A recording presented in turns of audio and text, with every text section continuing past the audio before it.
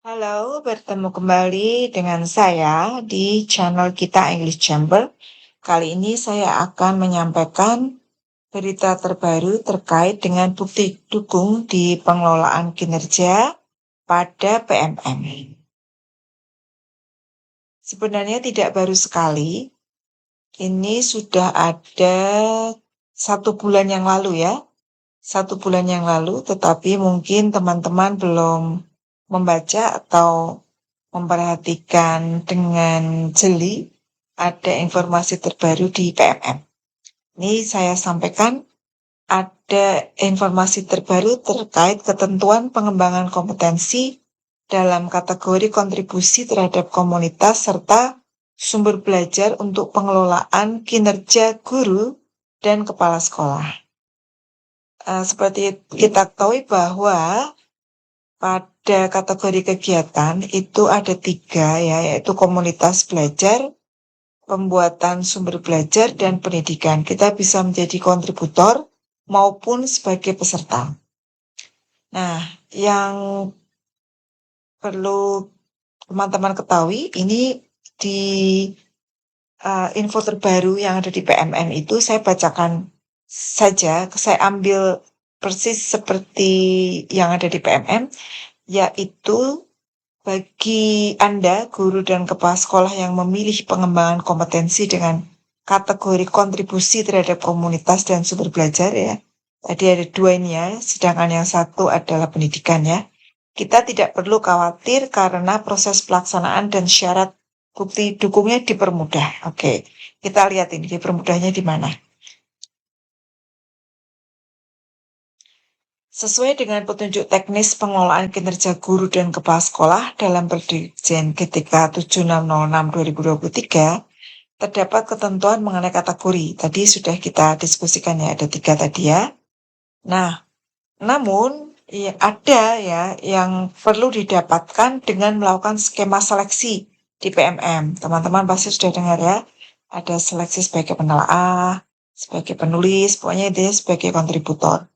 Nah, kini dengan adanya relaksasi dalam masa transisi, pengembangan kompetensi tersebut dapat dilaksanakan dalam cakupan program intra dan intersekolah saja. Ini yang tadinya itu harus melalui seleksi lewat PMM. Ini kontribusi terhadap komunitas ya, kontribusi terhadap komunitas, kontribusi terhadap sumber belajar. Nah, ini Bapak, Ibu, teman-teman lihat di kategorinya ini ya. Kemudian jenisnya ini sudah familiar ya, saya rasa ya, sudah memilih ya. Beberapa dari ini Bapak Ibu sudah pilih. Nah, ini contoh ya, penggerak komunitas belajar dengan mengadakan minimal 3 kegiatan berbagi praktik baik.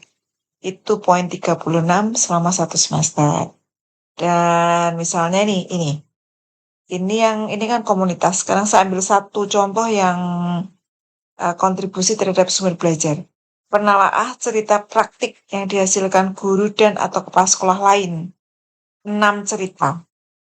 Maaf, poinnya 6, 10 cerita praktik.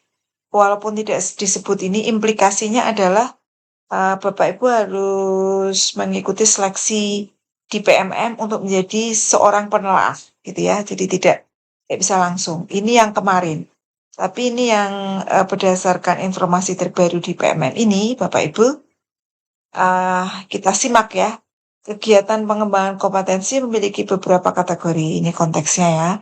Salah satunya kontribusi terhadap komunitas dan sumber belajar. Nah, beberapa kegiatan di bawah kategori tersebut ya, tadi sudah ada listnya, itu memerlukan skema seleksi melalui PMM dengan kriteria tertentu. Nah, namun untuk mempermudah guru dan kepala sekolah dalam melakukan pengembangan kompetensi sebagai narasumber berbagi praktik baik, penyusun perangkat ajar, yang tadinya di sini perlu penyusun perangkat ajar itu 24 poinnya Bapak Ibu tinggi ya. Namun harus lewat PMM, tapi ini disampaikan bahwa penyusun perangkat ajar, penyusun kumpulan konten unggulan, penelaah cerita praktik, penelaah aksi nyata, dan penelaah perangkat ajar tidak perlu lagi harus mengikuti seleksi kontributor atau sejenisnya di PMM. Jadi Bapak Ibu bisa ya tanpa mengikuti seleksi sebagai penelaah ya, sebagai penulis gitu di PMM. Nah, ini tadi konteksnya, sekarang relaksasinya. Untuk mekanisme pengelolaan kinerja di PMM, guru dan KS yang memilih kegiatan pengembangan kompetensi dalam kategori kontributor pada tabel yang tadi ya, tidak diwajibkan mengikuti skema seleksi yang ada. Misalnya, seleksi ruang kontributor Merdeka Mengajar, seleksi narasumber berbagai praktik baik, seleksi penelaah aksi nyata sejawat, dan sebagainya. Ini memang seleksi ini ada ya, beberapa saat yang lalu ada, dan teman-teman pasti ya banyak yang sudah terpilih jadi narasumber, menjadi kontributor ya, jadi penelaah seperti itu. Nah, guru dan kepala sekolah tidak wajib mendaftar dan lolos seleksi sebagai kontributor di PMM. Guru dan kepala sekolah dapat melakukan pengembangan kompetensi seperti yang ada di daftar tadi ya, dalam cakupan program intra dan intersekolah. Contoh, pelaksanaan pada program intrasekolah adalah dengan cara membantu wakil kepala sekolah bagian kurikulum untuk mereview dan memberikan umpan balik pada RPP yang dibuat oleh guru lain. Itu untuk di dalam sekolah ya, intranya. Sekarang internya adalah teman-teman berbagi praktik baik pada forum MGMP, MKKS, atau forum lainnya. Seperti itu Bapak Ibu. Ya, terima kasih. Semangat untuk mengisi pengelolaan kinerja di PMM.